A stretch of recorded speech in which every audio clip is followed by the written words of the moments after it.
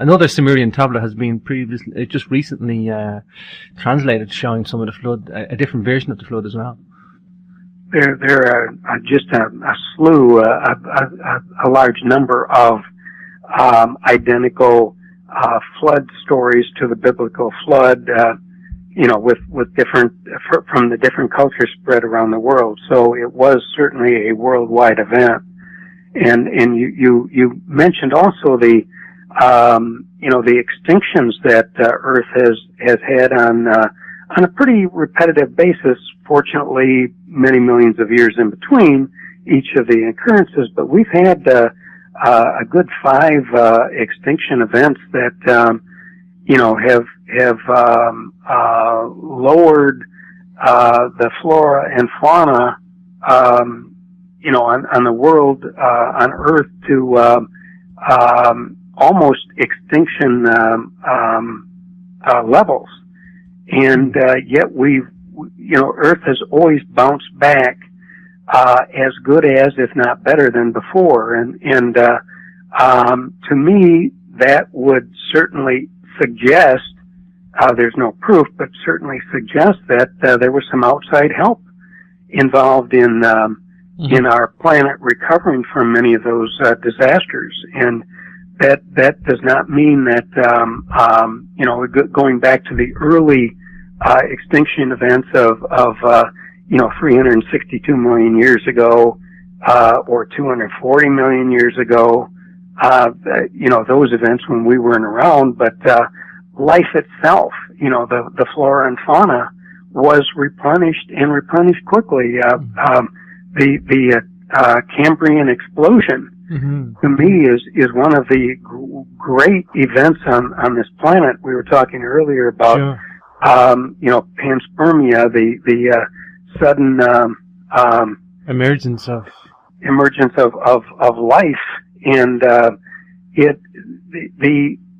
from single cell life, from all of those years to the explosion that we saw, 590 million years ago, with the Cambrian explosion, it to me screams of outside terraforming, outside seeding by a higher source, a higher life form. Cambrian explosion, that was something like 96% of life was wiped out. Is that correct? Well, no. That was the replenishment, the explosion of new species. Oh, sorry. Yeah, sorry. In high levels of life forms. Gotcha. We at the time, the trilobites, this mineralized shelled organism, creature, hardly anything but extremely low life. And almost, overnight there was this explosion of high life forms. And we have never seen, as great an expansion of different life as happened at that 590 million year ago Cambrian explosion event. And to me, that shouts of seeding, terraforming, whatever one might call it. Speaking of which, we go back to the Epic of Gilgamesh, and we're told in the Akkadian version that after the Great Flood, or I should say before the Great Flood, the gods gathered up the seed of all flora and fauna on our planet and put it into a capsule, and it was then later used to repopulate Earth. Well, to me, that sounded like collecting DNA. Yeah. And the capsule was a spaceship, and the collectors, rather than the gods, were the ancient ones. If the ancient ones were here, it makes great sense that they would do that, Don. You're not going to sit there and watch, the precious biological matter just get wiped out to extinction. If you could save it, you would. If you could save it, Don, you would. Precisely the case. And try to collect the exact specimen. not try to replace it with some copy, but and I shouldn't say that, since it was a cloning process that I believe happened after the Great Flood to replenish the Earth. But again, after that, after the rather minor, by comparison with some of the other earlier major earthly extinction events that we've had, the Pleistocene extinction was towards the lower end of the scale in its severity, and yet once life started, it took off quickly. It blossomed. Farming, domestication occurred at the onset of the replenishment of life after the Great Flood.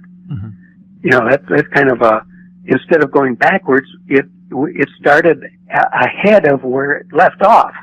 Yeah. And again, yeah, I was talking. Sorry, Don. I was talking about the major extinction events. I was thinking there was on one occasion we had like 96% of all species nearly wiped out. That was the late Permian. The Permian. That was between the Permian and Triassic period, and it was a 96% species kill off. Wow. And if I'm not mistaken, that was the worst ever earthly extinction event. And with 96% of life wiped out, how do you come back from that? How do you come back? How does it bounce back? You know, and so quickly as well. Don. So quickly. Another thing is the dinosaurs 65 million years ago. I think pretty much everybody accepted a comet, Yucatan Peninsula. I think there's a bit of an agreement and consensus on that, regardless of the cause of the extinction of the dinosaurs. But you know, do you think again that paved the way for us to come in terms of intentional intervention? That is a great observation, James. I've muddled with that thought in my own head on occasions. That was, you know, there was certainly no competition plan to help the dinosaurs survive. Yeah. By the ancient ones, and I'm convinced that they were here when the dinosaurs existed. Now, they were not on Earth and trying to cultivate the dinosaurs to be a civilized. I don't mean that. It was just that they were here doing mining operations, getting the natural resources that they needed from time to time to continue their travels throughout the cosmos, and or help some infant race on a nearby planet that might need the natural resources that they would mine on Earth during the time of the dinosaurs or whatever. And that also, I'm getting off track here, but sure, that's the idea that ancient rock drawings show very distinct drawings of dinosaurs. If one thinks of that, there isn't a way in heck that humans could know what a dinosaur looked like back in rock drawing and rock painting times. You know, archaeologists did not exist at that time. Paleoanthropologists did not exist at that time. Sure. Colleges didn't exist, et cetera, et cetera. How were they drawing them? Yeah. Unless they were told, they were shown pictures, they were instructed by someone who had seen dinosaurs actually living. Or such a high culture that they personally had dug up the fossilized remains of dinosaurs and reconstructed, as our anthropologists, paleoanthropologists have done, you know, in modern times, to recreate what a dinosaur would look like. But to me, the more likely is that scout parties, you know, evaluating Earth for life formation and so forth, knew exactly what dinosaurs looked like. Wow. And that was then relayed to, you know, early generations of humans, you know, as they were taught in these Atlantis function learning centers and so forth. I think the ancient ones would have been aware the dinosaurs were going to go, comet, and went, okay, well, let's be opportunistic, it's going to happen, they're not going to stop a comet coming in, Don. They're not going to warn the dinosaurs to get out because the dinosaurs can't get out, I absolutely agree. It was an opportunistic event that they would not have turned down. They went, okay, let's do something else here. Let's get rid of them so we can get a species that we can actually work with. Yeah. It was an extremely opportunistic event. Let's talk cataclysms on Mars, Don. It's pretty obvious that Mars was almost cleaved in two with the big fracture down it. We're talking there was life on Mars at one point too, Don. It's not just Earth we're talking about here. That there was the structures on Mars are incredibly interesting. It even looks like, I think I had Jason Martell on, he was talking about some of these structures looked like they were on beachfront property. There seemed to be on the edge of a waterway as well when you look at the satellite topography. But no doubt this place was like a colony as well, Don. There's no question about that in my mind, James, and exactly as you said, there's solid evidence and indications of a major ocean in the northern hemisphere with construction all around the shoreline. Mm-hmm. And that didn't come about with amoeba or single cell creatures creating structures all along the shoreline of a major ocean. Mm-hmm. It's pretty much accepted by most scientific studies now that at one time Mars had a pretty reasonable environment, one not that dissimilar to that of Earth. And, it would have certainly supported life. It would have been a great planet to colonize if it was not your home world. Mm-hmm. In other words, if the human-like outer planet beings, that species, their home planet was Meldeck, Mars would be a very enticing planet to colonize. Mm-hmm.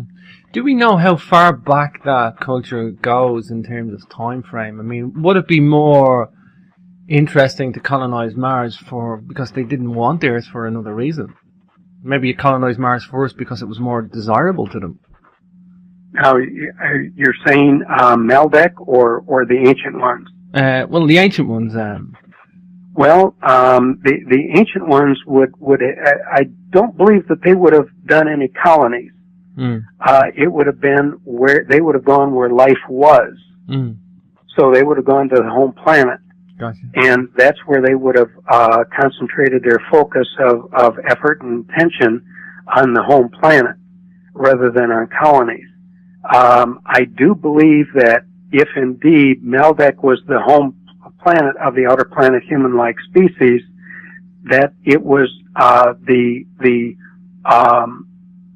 Meldeckians, if you will, that then colonized Mars early, prior to their apex of their high culture before the 700,000 BC destruction of Meldeck. In other words, that it would have been the Meldeckians that colonized Mars. The only reason for the ancient ones to have built a colony on Mars, if Mars was not the home world of the outer planet human-like species, would have been as temporary shelter after a disaster, be it outside of our solar system, bringing the few survivors of a destroyed planet here because it was most like their planet as far as environment, or after the destruction of Meldeck, the few survivors from there to house them in hurriedly constructed structures on Mars because it was close and its environment was more than likely still better than that of Earth. Earth was in the deep grips of the worm glaciation, and one of the most the longest ice maxima of our last ice age. And, Earth was less inviting at the time of the destruction of Meldak than Mars was. And I have read fairly decent scientific evidence that indicated that as recent as around 8,000 years ago, in other words, 6,000 BC, Mars had flowing water. It was colder than Earth, but it was still livable, and it had a little thicker atmosphere than presently Mars has. But it was indicated that there was a possibility that life could actually exist on Mars 8,000 years ago. Wow. Or as recently as 8,000 years ago is how I should have said it. Wow. Do you ever look at any of the structures on the moon, Don? Do you get into any of that? I have, and again, this is I just contradicted myself by saying that the ancient ones wouldn't have built structures or built colonies on something like Mars, but I do believe that it was the ancient ones who built colonies on the moon. Yeah. Well, if it wasn't the terrain for them down below, I mean, it could be just a little observation post. And that's exactly what I always thought it was. The example being the earlier one about the dinosaurs, that instead of having a mothership in the region and occasionally going to monitor or satellite monitoring or whatever that they used to see how life was progressing on Earth, they would build colonies on a nearby moon that would not affect life.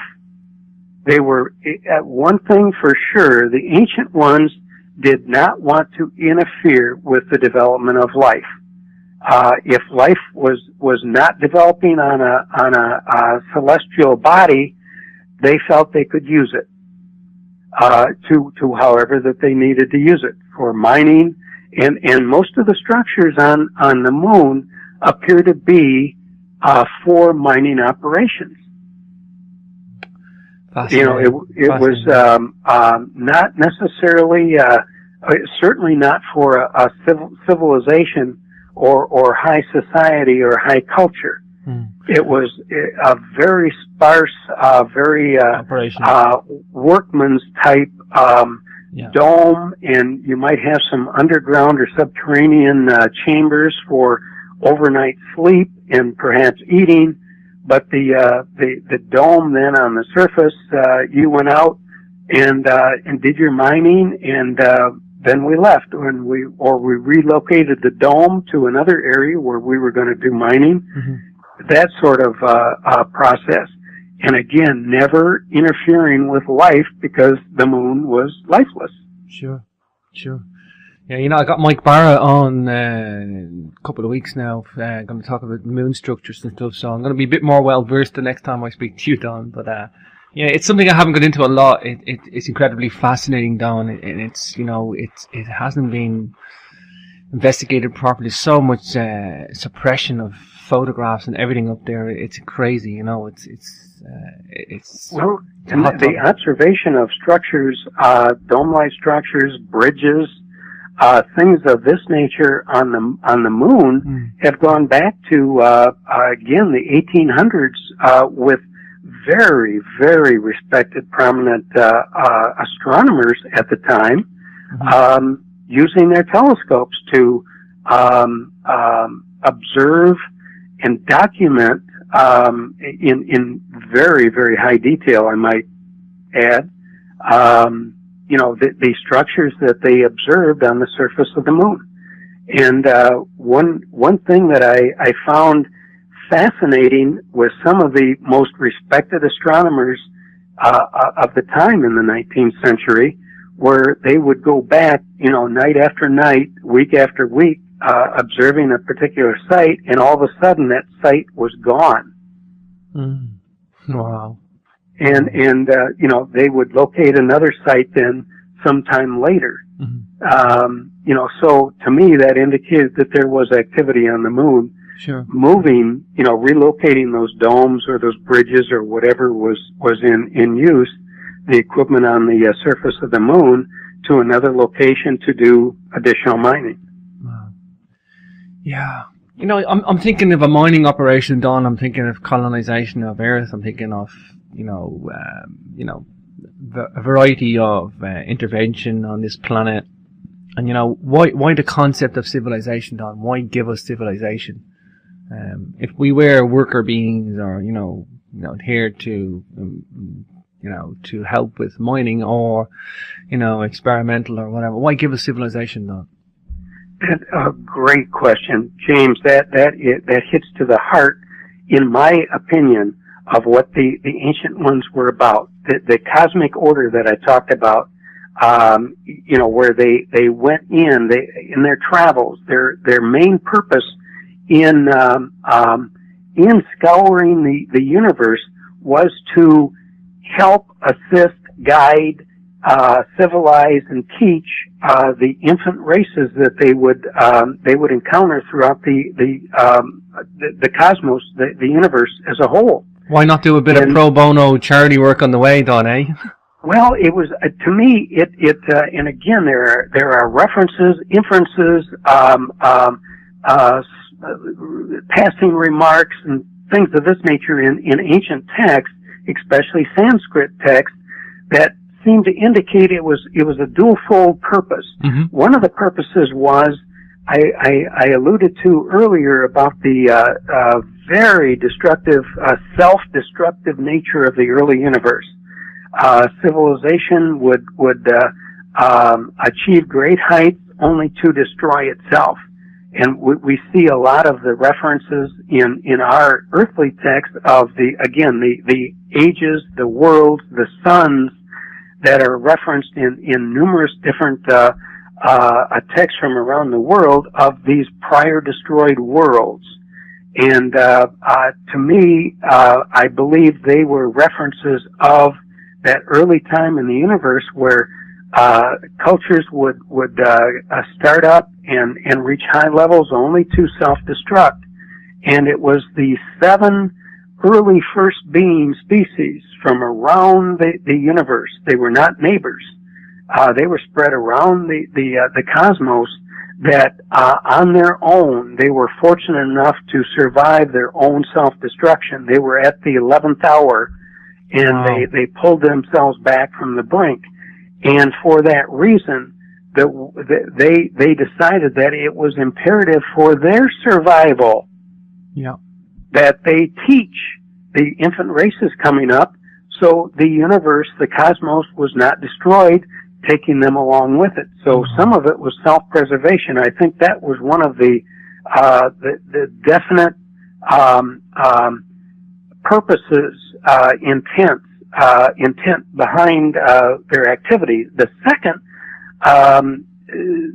their more long-term purpose of introducing the cosmic order was to prepare each world for later cosmic unity as a member within a much larger but common celestial community, if you will. Hence imparting a common across-the-board regulatory background, universal trade practices, familiarity with alien beings, along with all the other similar commonalities that each world would experience or be taught under the tutelage of the ancient ones, no matter where that infant race world was in the universe. All of that would prepare each emerging world for eventual commerce, trade, and diplomatic contact with other societies from numerous other extraterrestrial worlds.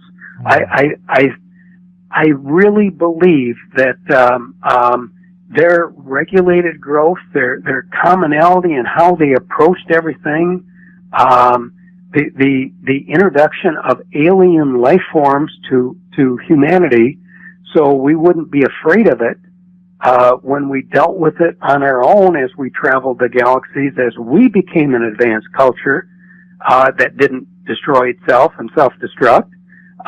It would just be a normal occurrence then that the world would be in, the universe would be in harmony. These guys must be, sorry Don, these guys must be so disgusted now that most of the population of Earth does not accept what we're talking about here today, either denies it or blatantly ignores it, Don. They must be feeling really let down. Well, but there is such a great reason why Earth is in the mess that it's in. Go back to what I indicated, within the concept of the elder gods theory. Because of the colonization here by the outer planet human-like species, the younger gods of the mythologies of ancient Earth, they kicked out. They forced a temporary exile of the ancient ones. The ancient ones have no longer had or been allowed to have contact with humanity. It has been the deliberate guidance, if you will, under the rule of the outer planet human-like species. They vilified them, Don. They vilified them in a way. Precisely. In other words, Earth has been nothing but a case study in how not to develop a world. It was I like the way you put that, Don. I like the way you put that. That's so accurate. It's a case study in not how to develop a world. You're true, though. It's true. Time and time again, all we do is just mess this planet up. It's a disaster zone. Well, I go back to the artifacts, the anomalous artifacts that are found in 4000 BC, 3000 BC. Well, 2000. Well, not so much after 3000 BC to any great extent, but in that time frame, if you look at the advanced culture that must have existed on Earth because of the artifacts that were left, we should be so much further today than we are. And I think the only reason that we have had the explosion of invention, and mainly in electronics, we really have not had a mechanization explosion of invention, but only in electronics. I think that is from the reverse engineering of recovered, crashed, or downed spacecraft of the helpers of the ancient ones. Well, I'm glad I'm glad you mentioned that, Don. I mean, do you look into modern ufology instead of like an ancient astronaut? Do you keep an eye on that as such? And do you see anything in the ancient records about blonde-haired, blue-eyed extraterrestrials that most people would refer to today in modern ufology? Yes. We have record after record of a white race throughout South America as the earliest advanced culture, and in the book I refer to them as the ancient Peruvians, and those were typically described as tall, white beings, white humans, if you will. Typically with either blonde or red hair. And evidently, the red hair was maybe a little bit more common than the blonde, but both were indicated. And we have that same description in other areas of the world. We know of an early white race in North America, throughout North America, with Spirit Caveman, Kennewick Man, and several other variants, prior to 6800 BC, when supposedly or evidently a major massive flood, regional flood, not global, but regional flood wiped out that white race in North America. Wow. And it was then afterwards, almost 1,000 years later, roughly the 6000 BC, 5900 BC, is when we finally see the native red American emerge, and the native brown American emerge in South America, along with the red Native American in North America. So, and you think of the Central American mythology or records of the white gods that have taught all of their ancestors. The Maya talk about you know, their white gods that taught them. So there was a Nordic race, if you know, referring to the Nordic alien, and very candidly, those white gods in the Americas, I'm 99% convinced they were the helpers of the ancient ones, and they were of the same race. They were outer planet, human-like graduates. You know, through the years, they decided to be good instead of bad like their counterparts. Sure. and they assisted the ancient ones, and their generation after generation of offspring did the same. They stayed in the family, if you will, and generation after generation became the human-like outer planet white tall godlike helpers, the Nordic aliens, if you will, that are described in you know, the annals of the Native American, you know, the teachers of the Native American races, the forefathers, you know, their great ancestors. Wow. And those were the white human-like outer planet helpers of the ancient ones that stayed on Earth after the temporary exile of the ancient ones, the truly alien appearing beings. You know, I'm just thinking about the civilization of this planet again, Don, and you know, the concept of civilization being given to us. I mean, you could argue whether it's a success or a failure, Don, and you've wrote about this in the book, and it's, you know, personally I think it's a failure, on many more accounts than it is a success, I should say. I think, yeah, like you say, we have the electronics industry, where we got that from, and the advancements and that peak, again, that's open to debate, but I mean, you know, just because we have giant robotic telescopes that we shine around our galaxy and we look at nice big fancy pictures of stars does not mean we're advanced. And you know, I think we're spiritually devolved, and to tie it in with all aspects of a civilization. Because I think spirituality, Don, maybe you agree with this, is a core component. And I personally believe that any civilization, if you're going to be advanced, you need to be advanced spiritually first, and everything else will fall onto that. I have come to believe that in recent times, more so than anything.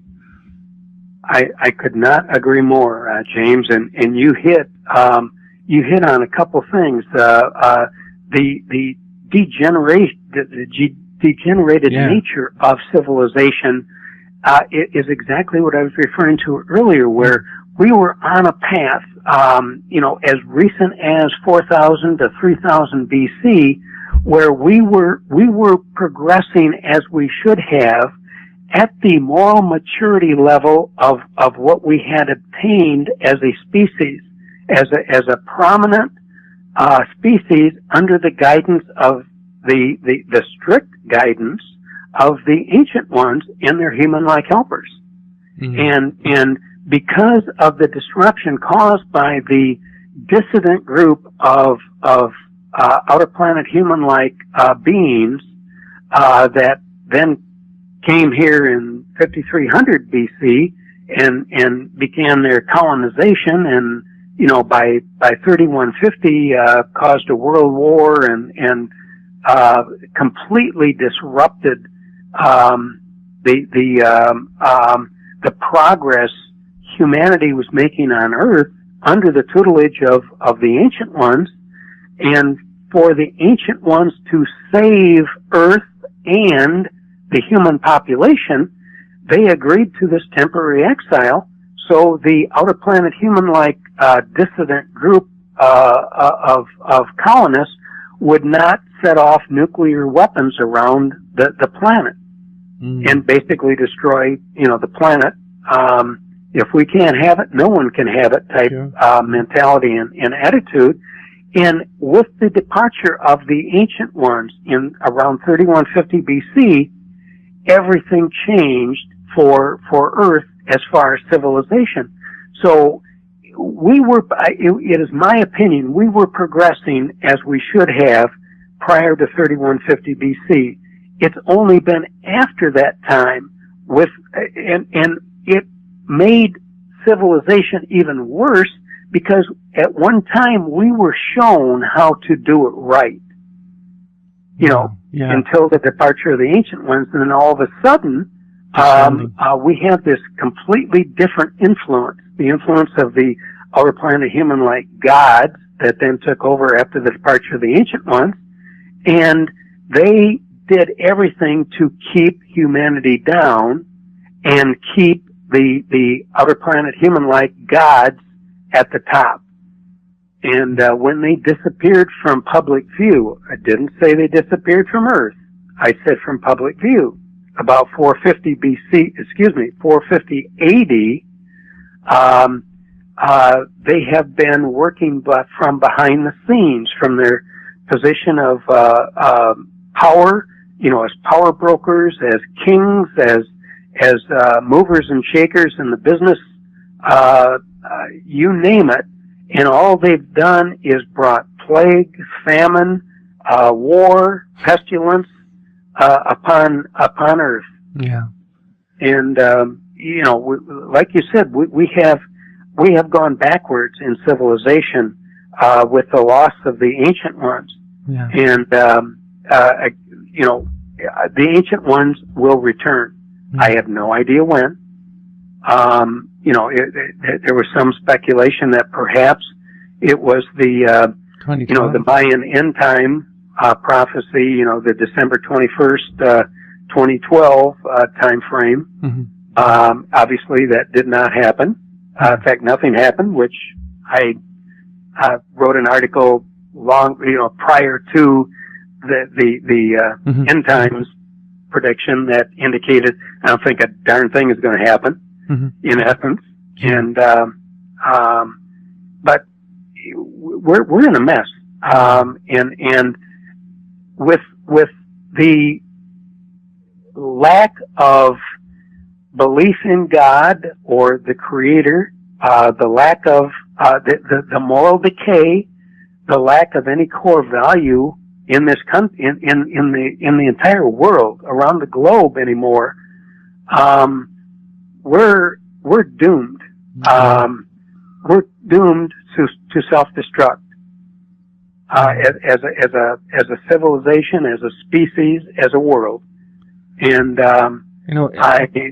it's scary.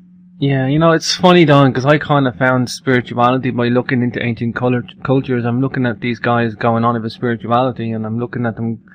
They're talking about gods and goddesses, and they're not talking about it's just a different philosophy, a different way of life, Of course, I looked into the engineering of it first, the history of engineering, the history of science, the anomalies, the mystery seeking. And that's why I looked originally, but, looking at it all these years, I'm coming around to their way of thinking. So in a way, I'm kind of learning from ancient history, evolving in a different way. So, I think there's hope for a few people if they could just pick up the flag and just keep running in the right direction, looking at ancient cultures. I guess, I just want to mention on the Sanskrit writings on Easter Island as well. The last two topics I want to touch on, Don, before we wrap it up. And I can't believe the time's going so fast. I mean, maybe Easter Island first. Incredibly fascinating place again, Don. Megalithic structures. But you talk about in the book about, the folk tales describe ancient spaceships. Maybe talk a little bit about that, Don. Okay.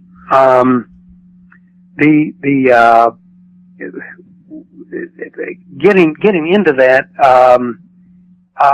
really should talk about the I guess the oddities, and again, it's the ceremonial or the religious aspect of Easter Island to kind of set the stage. All of the religious connotation, the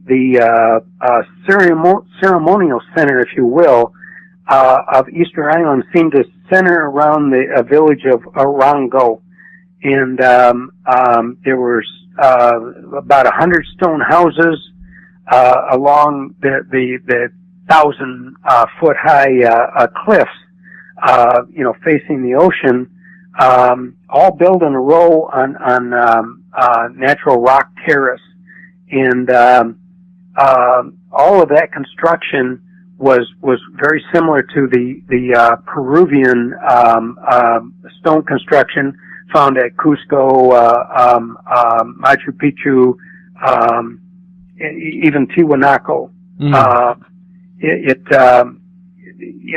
There is a universal tie, but with the ceremonial village, there were rock drawings of birdmen, lizardmen, and fishmen, depictions, half man, half animal, and that was also tied in with their written language, which I really believe no one has yet been able to translate. These were carved on wooden boards. Rongu script. I'm sorry, James? The Rongu script, I think you're talking. Exactly. Called the talking boards, a lot of times referred to as the talking boards. Aren't they incredibly sorry, Don? Aren't they incredibly similar on so many counts to the Vedic Indus Valley civilization? They have some very similar characters as well. I'm trying to think of the name, but it has been described, compared to, and is it Maya? I can't. Another culture, far away on the other side of the world, but it was from those talking boards, the Orongo boards, that some legends and myths were derived, and I think the myth you're talking about a spaceship ended up being a translated segment that I believe it was Colonel James Churchward had used a native on Easter Island to help translate and so forth, and it talked about a black and white pointed spider that supposedly would have gone into the heavens if it wasn't held back by the bitter cold. Now, you don't think of a South Pacific island as being cold, but that's the translation supposedly. And over and above, it is interesting to note that the landing gear of any NASA spacecraft, or spacecraft as we think of in science fiction novels and so forth, or movies, have landing gear that resemble the legs of a spider often. Sure. And they're also all pointed at their tips to or nose cones to minimize atmospheric resistance upon liftoff. And therefore, this description of a black and white pointed spider would have been a very, very simplistic but great description of a spacecraft. And further, the inability of such a ship, if that's what it was, to launch due to the severe cold, again, very unusual for a South Pacific island, might be because the fuel was affected, the viscosity of the fuel would have changed drastically because of the cold, or perhaps the severe cold affected delicate instruments on board, or whatever the reason. Evidently, that was the reason it didn't go into the heavens, as the legend seems to indicate. We have to go back into far remote times,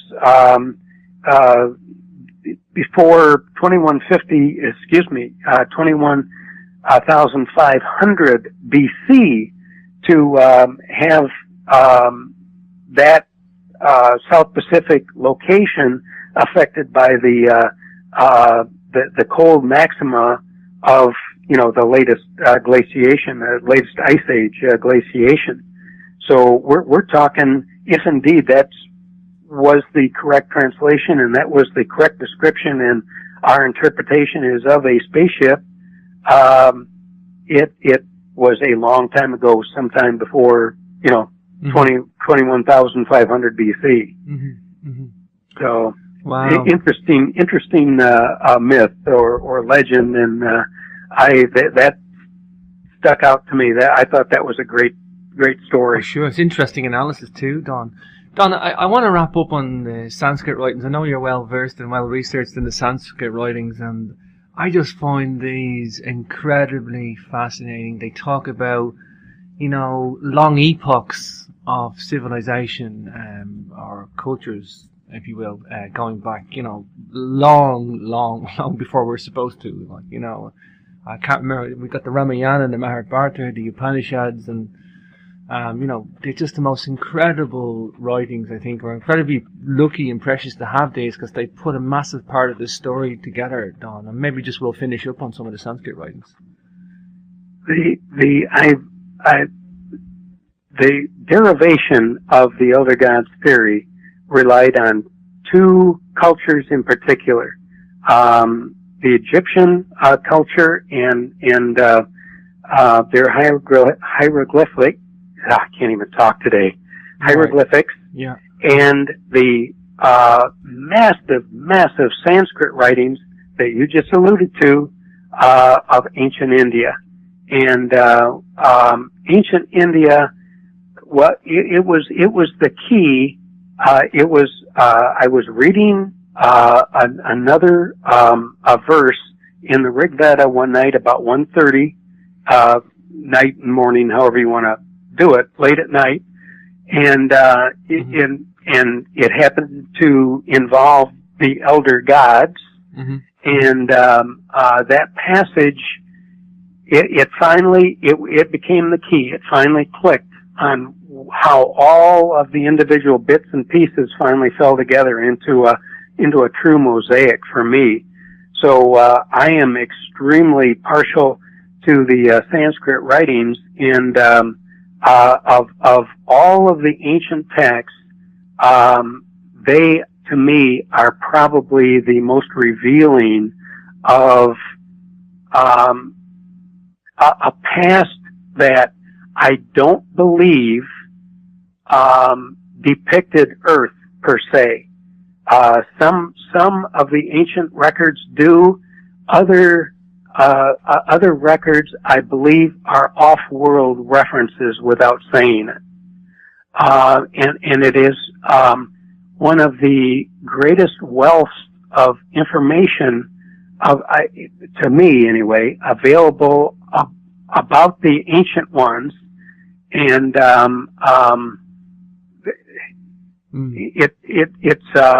their texts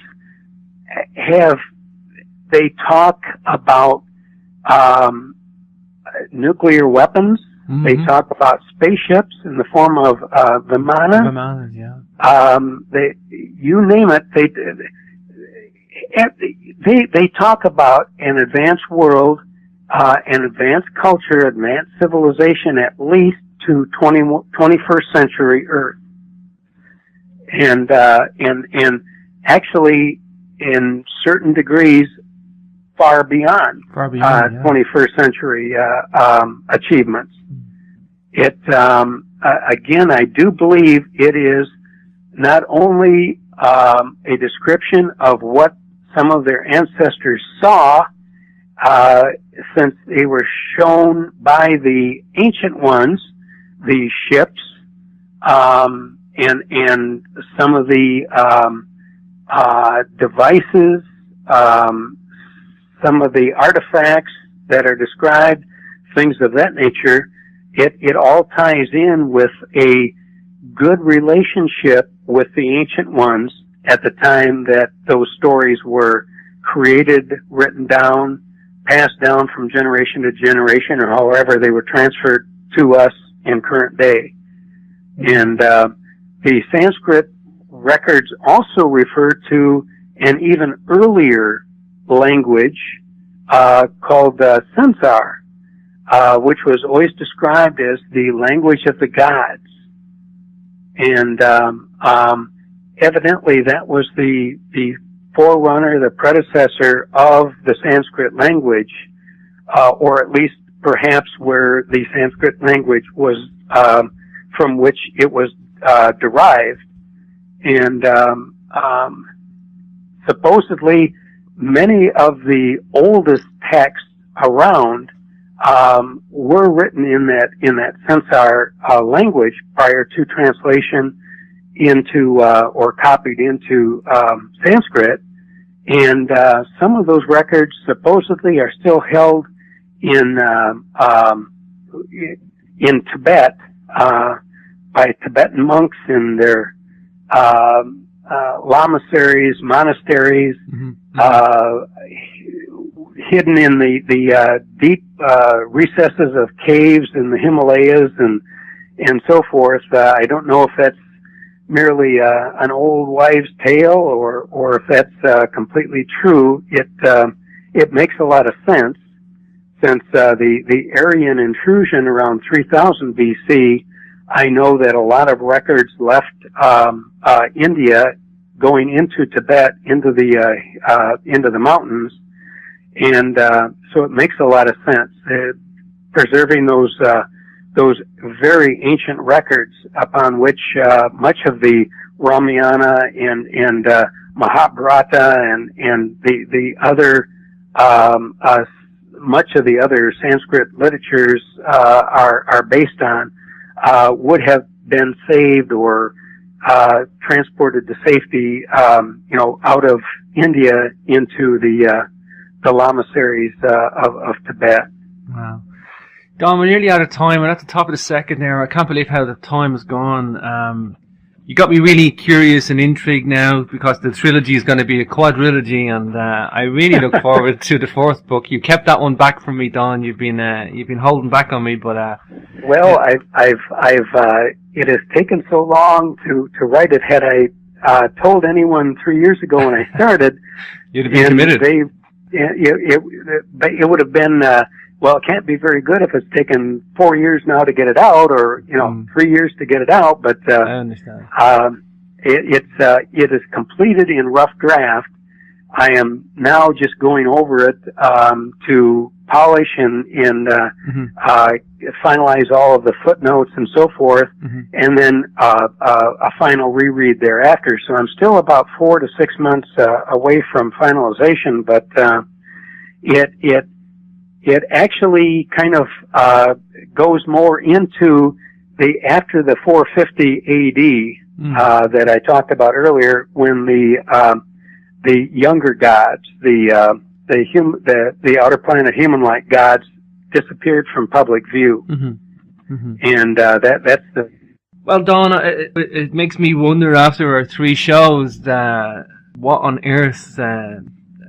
Our mainstream academia and our modern explanations have really got right about our prehistory.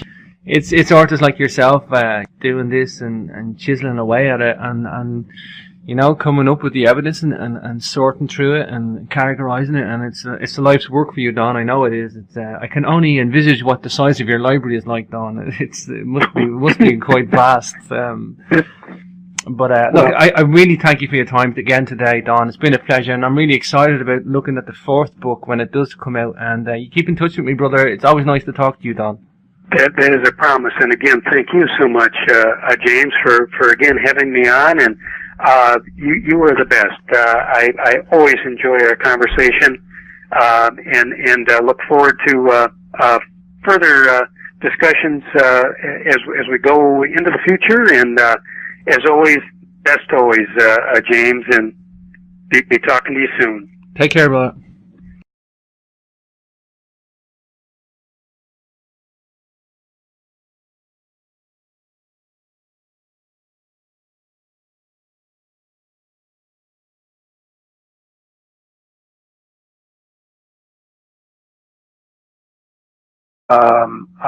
Lowered the flora and fauna, on the world, on Earth to almost extinction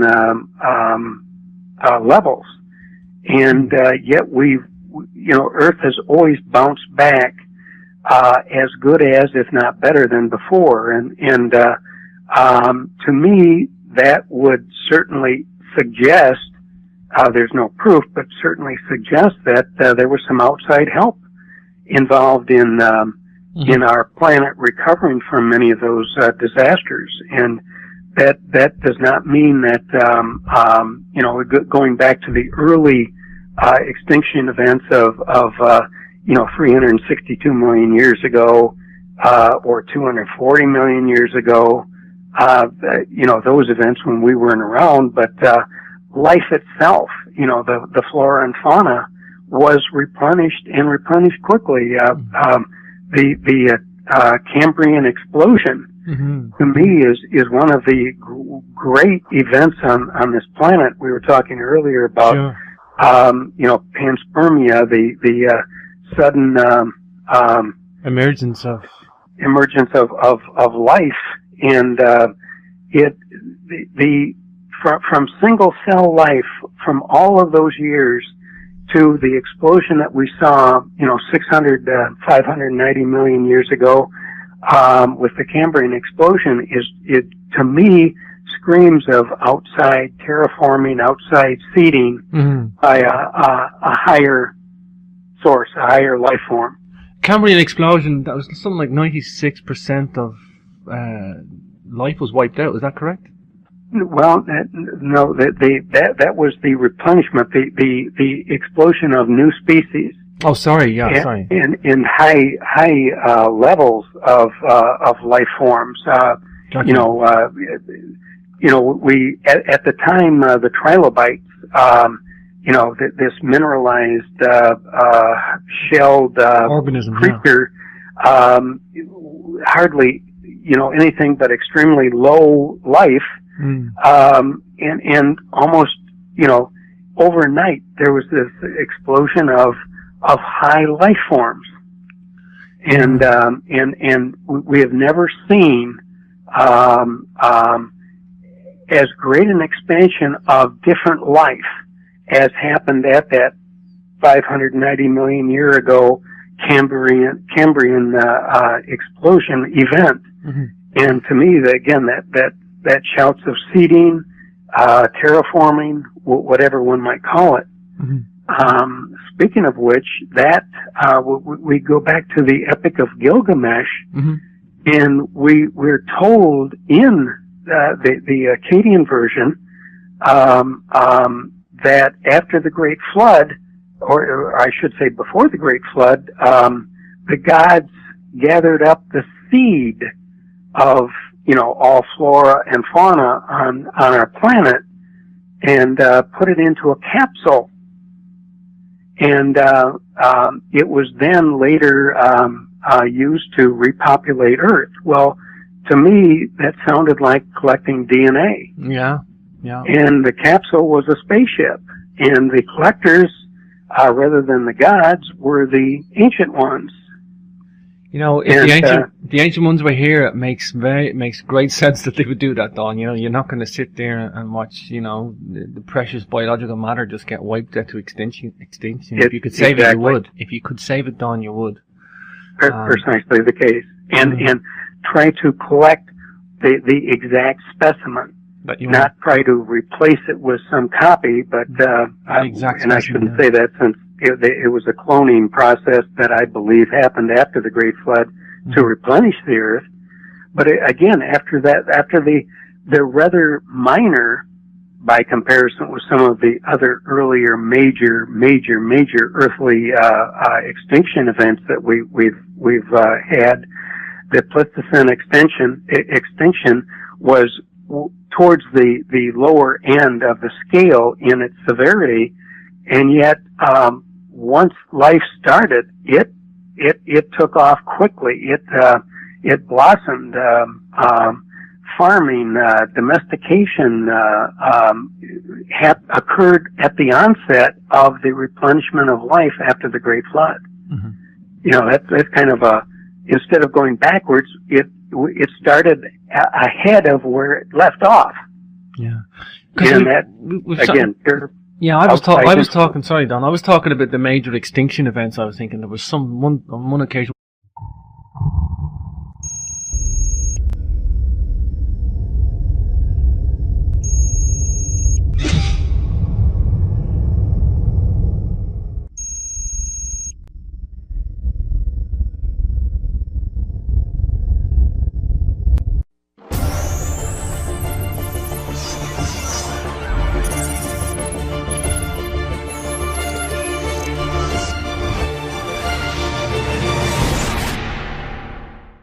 Another Sumerian tablet has been just recently translated, showing some of the flood, a different version of the flood as well. There are just a slew, a large number of identical flood stories to the biblical flood, with different from the different cultures spread around the world. So it was certainly a worldwide event. And you mentioned also the extinctions that Earth has had on a pretty repetitive basis. Fortunately, many millions of years in between each of the occurrences, but we've had a good 5 extinction events that have